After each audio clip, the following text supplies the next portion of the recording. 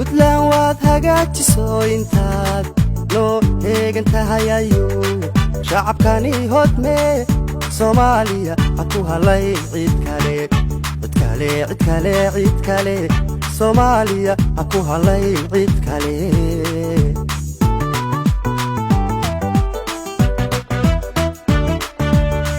puntland waad hagaajiso intaad noo eegan tahay ayuu shacabkani hodme Soomaaliya ha ku halayn cid kale puntland waad hagaajiso intaad noo eegan tahay ayuu shacabkani hodme Soomaaliya ha ku halayn cid kale Soomaaliya ha ku halayn cid kale hogaamiye wadaniye daniye hayaan isagaa u galay inaanuga gudubna hore halkii kala guur ugu xumayd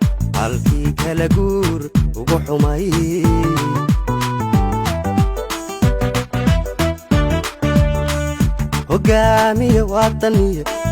daniye hayaan isagaa u runtii caawa waa habeen aan ku maamuusayno guddiyadii shaqada hayay ciidamadii kala duwanaa hay-adihii dawladda ee tooska ula falgelayay ee wasaaradda arrimaha gudaha iyo saxaafadda iyo dhammaan intii ka qayb qaadanaysay iyo xildhibaanadii iyo senataradii hawshaas muddada dheer soo socotay ee laga soo bilaabo Agost sanadkii hore oo aan filayo inay ahaayeen markii ugu horreysay senataradu ay soo baxeen muddadaas dheer hawshii la soo waday inaan caawa isaga hambalyeeno xildhibaanada cusubna aan ugu duceyno dadkii hawshaas soo qabtayna aan runtii uga mahadnaqno shaqadii adkeyd ay soo qabteen run ahaantii aniga waxay ii tahay habeen farxada culays aad u fara badan oo wax ku dhow 2 sano soo socday sidii ay u qabsoomi lahayd doorashooyinka heer federaal ah inay caawa puntland ay ka idlaatay waxaan kaloo rajaynayaa meelaha kale oo harsan ee Jubbaland iyo Hirshabeelle iyadana waxaan rajaynayaa inay iyadana idlaato labada state ee kale ee koonfur galbeed iyo galmudug iyagana ka soo idlaatana iyagana waxaan ugu hambalyeynaa inay shaqadaas ay qabteen oo ay soo gabagabowday iyo xubnihii lagu doortay xamar ee banaadiriga iyo Soomaaliland ka socday runtii guddiyada heer federaal iyo heer state iyo guddiga xalinta khilaafaadka waxay u babac dhigeen hawl adag waxaa markii ugu horreysay la igmay 2021 bishii November muddada intaa dherer la eg waxay ku shaqeynayaan duruufo aad u qallafsan oo adag oo runtii caqabad ku noqday inay doorashadan hirgelin iyadoo la helin dhaqaalihii loo asteeyay haddii la helana waqtiga jiitame oo duruufo adag keenay laakiin waxaa ilaahay mahadiisa dadka Soomaaliyeed inay ka go'onayd inay doorashadaas ku soo idlaato sidii loo qorsheeyay inta dhiman ay ku dhammaan doonto marka waxaan isleeyahay waa habeen mudan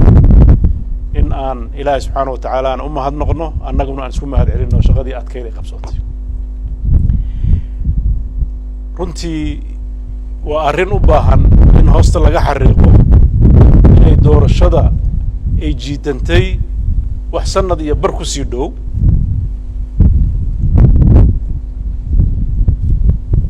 waa nasiib darro dhacday daalka iyo dhaqaalaha qarashka ku baxay oo ziyaado ahaa iyo duruufaha adag ee la soo maray intaba mas'uuliyaddeeda cid qaadataa loo baahaya mas'uuliyadda u weyn ee dib u dhaca ku yimid doorashada runtii lama wadaago madaxweyne maxamed cabdullaahi farmaajo wuxuu aad ugu dadaalay inaan dalka doorasho ka qabsoomin in dalku uu galo marxalad muddo kororsi ah inaan doorasho ay suuragal tahay in tartan lagula galo aysan dhicin wuxuu adeegsaday waddo kasta oo caqabad iyo carqalad lagu abuuri karo ilaahay subxaanahu wa tacaala waxaan uga mahadnaqayaa in waxaas oo dhan laga soo gudbay door muhiimna uu qaatay guddiga wadatashiga qaranka ee NCC loo yaqaanay oo runtii muddooyin fara badan isaga daba laalaabtay sidii ay doorashooyinkaas ay u qabsoomi lahaayeen waxaa adduunka oo dhan la yaabay doorasho la yidhi waa dadban tahay oo haddana muddo sanad iyo bar ama 2 sano ku dhow socotay waa wax runtii aad dakafaar u dhaliyey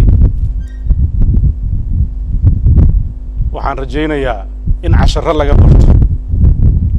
oo dalkaani uu casharro ka barto dal jilicsan oo muddo badan la daalaa dhacayay khilaafaad siyaasadeed ka dhashay amni xumo bulsho muddo dheer sarreynta sharcigu ku adkayd bulsho ay adag tahay inay adeeg dawladeed hesho bulsho ay adag tahay in ay isku luga duudaan in la geliyo arrimaha noocan oo kale ah runtii waa arrimo nasiib darro ah oo u baahan in casharro laga barto waxaan rabaa inaan kelmadeyda isugu daro hambalyada iyo dardaaran aan u jeedinayo iyo ugu tusaaleyn guud oo dalka iyo maraaxiisha u maraya hambalyada labada aqale halka fadhiya waan u hambalyeynayaa waan u duceynayaa in ilaahay u fududeeyo xilkooda waxay ku guulaysteen kuraas tartan adag iyo buuq badan uu ka jiray beelaha kuraasta la dhexdooda oo kursiga u yar uu damac kaga jiray markuu u yaraado 6 ilaa 9 qof hadduusan qaarkood ka badnayn kuraasta noocaasa oo lagu imaanayay hab doorasho dadban ah oo lagu imaanaya hab dalku uu cakiran yahay inay doorasho ka dhacdo oo runtii aan la oran karin waa hab dah furan laakiin annagu aan sababteeda lahayn waa dhici kartaa dawladda Puntland in lagu eedeeyo ama mararka qaarkood la yiraahdo doorashadu ma dah furna ama waa la boobay inaan doorasho dah furan sameeyno waxaa markhaanti ka ah 25 Oktoobar midii la qabtay dimuqraadiga ah oo 50 iyo dhowr sano kadib aan Puntland ka hirgelinay waxay naga ahayd daacad in kuraasta dalka loo tartamo laakiin duruufihii yimid ee sababa in sidaa loo dhigo duruufo annaga naga waaweyn bay dadaalka aan sameynay haddii jir lahayna kuwa ka xun baa abuurmi lahaa oo ah in dalkan la geliyo dagaal sokeeye iyo khilaafaad ay suurgal ahayn inay doorasho dhacdo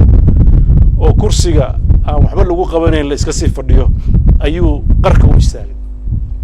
hadda ruuxadooda khatartaas weli ma dhammaan ilaa doorasho madaxtinimada la galo caqabaduhu waa sii soconaya waxaan rajaynayaa doorashada duruuftaas aad ku timaadeen waxaa xil iniga saaran yahay inaad qayb ka qaadataan duruuftaas wixii ka dhashay inaad u istaagtaan inaad xallisaan qof walba deegaanka iyo beesha uu ka soo jeedo oo kursigeeda ku fadhiyo ilaahay baa u gartay horta samadaa laga soo naadiyey waxaa la rabaa intii tartanka kula jirtay iyo intii aan la doonaynba inay u muujiyaan inay yihiin gabdhahoodii iyo wiilashoodii iyaga ay ku matalayaan iyaga ay rabaan inay ugu shaqeeyaan dalkan ay ugu shaqeeyaan arrintaas waa waajibka koowaad oo inay saaran inta iidan gudan waajibaadka golayaasha niila igmaday aad la tegi doontaan waxaan rabaa halka inaan ka xuso dadka reer Puntland runtii caqabadahaas adag oo doorashadan ku gadaana gacan aad iyo aad u weyn bay naga siiyeen doodihii isqancintii xal u helidii xaaladihii jiray annagoo gacan ka helayna bulshada iyo guddiyada doorashada wuxuu ilaahay nagu guuleeyey in doorasho nabdoon ay dhacdo ma dhahayna doorasho daahfuran laakiin waxaan leenahay doorasho nabdoon oo xasilan oo iyadoo doodeeda iyo eedeeda qabta laakiin qanaacadeeduna ay dhinac socotay ayaa qabsoontay waxaan rajaynayaa dadka reer Puntland gabdhaha iyo wiilasha soo baxay oo gabdhahoodii iyo wiilashoodii ah oo aan rajaynayo inay yihiin kuwa ku filan shaqada loo igmaday inay ku qancaan oo ku gacan siiyaan shaqadaas Ilaahay subxaanahu wa ta'aala uu gartay intaas marka aan wabaxo golayaasha la doortay waxaan rabaa iyagana inaan u mahad celiyo guddiyadii hawshan qabtay oo haddii aysan jir lahayn la'aantood aysan qabsoon lahayn waqtigeeda iyo dadka ku habboon baa sheegi doona laakiin anigu waxaan aaminsanahay oo qirayaa guddiyadii ugu shaqada fiicnaa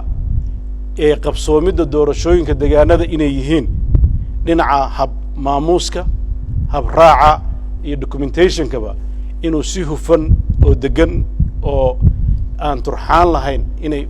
u sameeyeen waxaan qirayaa taasna waqtigeeda cidda iiga habboonna way sheegi doontaa laakiin aniga waan ku ammaanayaa shaqadaas ay qabteen wada shaqaynta guddiyadii shaqada waday iyo kuwii korjoogteynayay iyo kuwii wixii dhib oo ka yimaada xalinayaba shaqada wanaagsan ay qabteen waa uga mahad celinaya marka aan intaa ka tago dabcan dal kasta oo dunida jira wuxuu u baahan yahay hannaan uu ku helo madax si sharciga ku timaada si ay ugu adeegaan bulshada meeshaas degan Soomaaliya muddo dheer ayaa waxaa ka jiray kacaakuf geedi socodka dhismaha dawladnimo Soomaaliyeed oo mar labaad cageeda ku taagan 30 sano markii ay jirtay oo ay isticmaalka xorriyadda ka qaadatay kala daadashadii ku timid 30 sano ama 32 sano u dambeeyay ee arrimahaasi ay socdeen marxalado kala duwan ayay marayeen marxalado dagaal la sokeeyay jireen marxalado dawladda la aasaasay laga soo bilaabo 2000 oo heerar kala duwan lahayd iyo marxaladda u dheer ee hadda socotay ee 2004 bilaamatay oo dawladda hadda jirta ee federaalka ah ee la yagleelay oo madaxweynayaal 4 ah madaxweyne Cabdullaahi Yuusuf oo aasaasay iyo 3 ka dambeysay ee isaga dambeeyeen dabcan dawladdii taa ka horeysay ee carta lagu dhisay dawlad federaal ma ahayn dawlad hanaqaad samaysana ma ahayn 4taas madaxweyne ee isaga dambeeyay madaxweyne walba wixii uu qabtay taariikhduna way xusaysaa dadka Soomaaliyeedna waa ogyihiin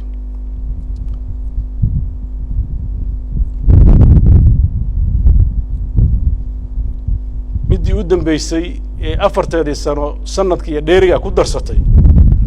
waxa loo qabay han weyn waxa la islahaa xilli dalkii dawlad federaal yeeshay kacdoonadii ka dhashay dawladdaas la xalliyay markii ugu horeysay lagu guuleystay in dastuur kulmeel gaar ah gudaha Soomaaliya lagu ansixiyo markii ugu horeysay in lagu doorto madaxweyne Xasan Sheekh wadanka gudihiisa 2012 madaxweynihii Sheekh Shariif ka horeeyana si nabadgelyo ah uu ugu wareejiyay xilkii dawladdaas anigu xildhibaanna waa ka ahaa wasiirna waa ka soo noqday waxay ku guuleysatay iyaduna inay 2017 mar labaad dawladdaas oo laga saaray ku meel gaarnimadii soo ceshatay xiriiradii caalamiga ahaa كفرتي دولته حتى أنا اعتراف سنين حلقة وحي كهرية مريكان كسفارته كقيب قشي دمان ورردي أي سوماليا قيبتا كاهد هدي هذين هيل قبل يكوا أما إسلامك أما عربتا أما عالمك وأي أدقاقدي إن أي دولة داسية قلاشو إنay dhammaystirto xubnihii dowladda federaalka ka noqon lahaa oo markaas ay iyadu dhalanaysay Puntland iyo Galmudug oo qayb ah magac ahaan u jirtay laakiin aanan markaas shuruudihii la rabay aanan buuxin oo gaalkacay kaliya joogtay laakiin magac ahaan uga qayb gashay shirarkii dalka lagu aasaasay 2012 looga baxay ku beelgaarnimada in la dhammaystiray intii dhinay oo ahayd Jubbaland Koonfur Galbeed Hirshabeelle iyo Galmudug oo markaas dhammaystiran oo shaqaynaysa runtii aad waxa loo filayay inay ambaqaad fiican noqonayso dawladda hadda 5 sano joogtay waxa laga sugayay inay dhammaystirto dastuurka inay dib u heshiisiin dhab ah iyo ay la timaado oo siyaasadeed oo ay ku jirto xalinta qadiyadda Somaliland in la helo ciidan midaysan oo dalka Soomaaliya leeyahay marka heshiis siyaasadeed oo dhab u dhaco dastuurku u dhammaystirmo oo qabyada ka baxo ciidan hanta dhulka iyo badda iyo cirka Soomaaliya la helo loo gudbo in hay'adaha dawladdu ay shaqadooda gutaan ay ugu horeysa inay amniga dalka sugaan la dagaalamaan argagixisada abuuraan jawi bulshada loogu adeegi karo oo hay'adaha dawladdu ay u khidbayn karaan bulshada waxyaabaha ay ka sugayaan haday tahay caafimaad iyo waxbarasho iyo biyo iyo wixii la halmaado nasiib darro ma dhicin waxa dhacday 5 sano inaan dastuurkii la taaban inaan al-shabaab meelna laga xoreyn bal meelo hore oo dawladda taa ka horeysay ee ka xoreysay dib looga noqday in isteediyadii khilaaf laga abuuray oo gobolada kuwa qaarkood la kala gooyay oo Jubbaland aad ogtihiin oo gobolka Gado wixii ka jiray Hirshabeelle wixii ka jiray Beledweyne iyo khilaafaad badan oo meel walba ka dhacay oo meelna aan hambayn ay ku jirto Puntland ruuxadeeda khilaafaad siyaasi xoog leh dhexdeeda laga abuuray runtii Soomaaliya waxay gashay marxalad adag oo qarka u istaagtay dagaal sokeeye mar labaad ka dhacaan kala qaybsanaan bulsho kala aragti duwanaan gaartay in xabad la isku qaato xabadii loogu talagalay in shabaabka loo qaato in dawladihii iyagoo jira dawlado laga dhex asaaso khilaafaadkaasi waxay qarka u istaageen in dalkani uu ku dambeeyo mar labaad in la burburiyo hanaankii lagu heshiiyay federaalka in dawlad jajoobo oo dhexe oo awood u leh inay cidii hadashaba aamuso la abuuro in qof kasta oo ka soo aragti duwanaada lagu xukumo in la dilo ama la masaafuriyo ama si kale loo dhaqmo runtii dalka 3 sano iyo siyaadadii aan Puntland joognay shaqada ugu badan ee aan qabanaynay dawlad ahaan waxay ahayd inaan dalkan wuxuu ku heshiiyay oo san dib uga noqon inaysan wacan wadadii quruxda badneed ee dadka Soomaaliyeed isu keeni lahayd in dawladnimadii iyo walaalnimadii iyo wadajirkii aysan meesha ka bixin in loo guntado sidii la isugu soo dhaweyn lahaa bulshada Soomaaliyeed oo mid u noqon lahayd waxaan uga mahadcelinayaa dawlad iyo shacabka reer Puntland in ay garteen waajibka kaga aadan ilaalinta midnimada Soomaaliyeed iyo in ay mar walba u taagnaadaan sidii dalkan uusan dib u noqon lahayn ay hore ugu socon lahaa waxaan uga mahadcelinayaa kuwa dawladda mas'uuliyiinta ka ahaa ururada siyaasiga ee aan dawladda ku jirin ee intii ay Puntland ururada siyaasiga yeelatay iyo aqoon-yahanka markaas barnaamijka ka taagnaaba inay qayb ka qaateen jiritaanka iyo midnimada Puntland iyo baadigoobka dawlad Soomaaliyeed oo wada jirta oo isku kalsoon in la abuuro arrimahaas runtii waxay noqon doonaan arrimo u ah yoolka ay higsanayso siyaasadda Puntland ee mar walba ay ku qodonto nidaamkeeda dastuuriga iyo aasaaskii 98 lagu aasaasay inay arrimahaas ilaaliso maamul dhexdeeda ah u adeega bulshadeeda iyo baadigoob dawlad Soomaaliyeed oo mida in la baadigoobo wax badan ay ka qabsoomeen 2004 madaxweyne Cabdullaahi Yuusuf dadaalkaas uu sameeyay waxaa ka dhashay oo Puntland ay ku garab istaagtay waxaa ka dhashay in dalkii uu dib u soo noqdo caasimadii Soomaaliyeed dawladdii degto hay-adihii dawladda ay dib u abuurmaan maantana ay marayaan meel ay xiriir caalami ah oo wanaagsan dawladda Soomaaliya ay leedahay walow carqalado fara badan iyo dibandaabyooyin siyaasadeed oo badan ay abuurmeen oo aad ogtihiin dalkan sida u daala dhacaya siyaasadaha dawladaha horumaray aysan xataa samayn oo ah in diblomaasiyiin la eriyo in dawladihii jaarka ah xiriirkii loo jaro in dhammaan la carqaladeeyo xiriirkii caalamiga ah ee Soomaaliya ay u baahnayd in Soomaaliya oo iyadii kala qaybsanaanta ka jirta geeyiga caalamka dhexda loo dabaasho oo aysan munaasab u ahayn siyaasad taa ku habboon aysan ahayn maxaa yeelay qofka mas'uulka waxa laga rabaa dadka Soomaaliyeed inuu isla baadigoobo uu raadiyo midnimadoodii khilaafaadka dhexdoodana uu baadigoobo horumarkoodana uu ka shaqeeyo caalamkana sida ku dhigan shuruucda ay saxiixday ixtiraam iyo wada shaqayn iyo daris wanaag iyo maamuus caalamkana lagula dhaqmo annaguna aan ilaashano karaamada iyo sharafta aan leenahay annagoon ku xadgudbeyn nalaguna xadgudbeyn laakiin runtii arrimahaas arrimo ka duwan ayaa ka abuurmay dalka oo halis geliyay iyada oo markaas laga fiirinayo maslaxad shakhsi ah ama dheeraysi xukun ah waxaan rabaa caawa halka inaan dadka reer Puntland iyo dadka Soomaaliyeedba u sheego inaan u taaganahay qabashada xilka dawladda federaalka Soomaaliya shaqadaas muddada 3 sano aan soo waday aniga iyo asxaabtayda iyo dhammaan dadka Soomaaliyeed ee wanaagga jecel waxaan rajaynayaa in ay miro dhasho waxaan halka baaq uga dirayaa dhammaan musharaxiinta madaxweynaha u sharaxan ee heer federaal inay ku mudoobaan in maamulka hadda jira la bedelo hadafka u weyn oo aan leenahay waxa weeye inuusan sii joogi karin Maxamed Cabdullaahi Farmaajo xilka oo aysan adag tahay in dalkan uu hore u sii socdo hadafka koowaad oo aan leeyahay waa kaas waxaan rabaa inaan kala shaqeeyo cid kastoo hadafkaas leh waxaa insha Allah rajaynayaa maalmaha soo socda shaqooyinka arrimaha ku aadan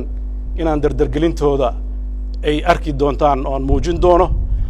aniga iyo dadka reer Puntland oo ugu horeeyaan xildhibaanada labada aqal iyo kuwa isteediyada kaleeto iyo dadka Soomaaliyeed dhammaantoodba waxaan rajaynayaa inaan ka wada qayb qaadano isbedel muuqda oo ku dhisan nidaam dimuqraadi ah nidaam horumarka u shaqeynaya nidaam wanaagga iyo isjacaylka abuuraya nidaam turxaan bixinaya khilaafaadka dadka kala dheeraanshahana iyo bulshada dhexdeeda ilaalinaya inuu mar walba isku soo dhaweeyo runtii mabda' bay iga tahay hanaanka dawladda hadda uu Maxamed Cabdullaahi Farmaajo uu ku waday dalka inuusan ku sii soconayn oo in laga bedelo ay waajib tahay cid kasta oo mabaadi'daas lana waa dad aan saaxiib ku noqon karno siyaasadda dabcan tartan baa jiri doona waxaan rajaynayaa cid khayr qabta oo dhammaan musharaxiinta u tartamaysa si midaysan inay uga shaqeeyaan inuu tartan hufan oo degan oo xalaala inuu dhaco cid kasta oo aan isaga ahayn ku soo baxdana gacan lagu siiyo sidii horumar loo sameeyay maxaa yeelay isku dayga inuu kursiga sii fadhiyo hadda uu joogo iyo isku dayga inuu intuu dadka siro mar labaad uu dib ugu soo noqon rabo labadaba waa dhaawac weyn waxay ku tahay Soomaaliya deganaanshaheeda iyo midnimadeeda marka arrintaas waxaan rabaa xildhibaanada cusub ee Soomaaliyeed meel kasta ka soo baxay inay aad ugu baraarugsanaadaan halkan ayaan caawa campaignkayga ka bilaabay wax badan oo qarin jireen horaan u sii sheegi doonaa hadda kadib waqtigeeda aad baad u mahadsantihiin wassalaamu calaykum waraxmatullaahi wabarakaatuh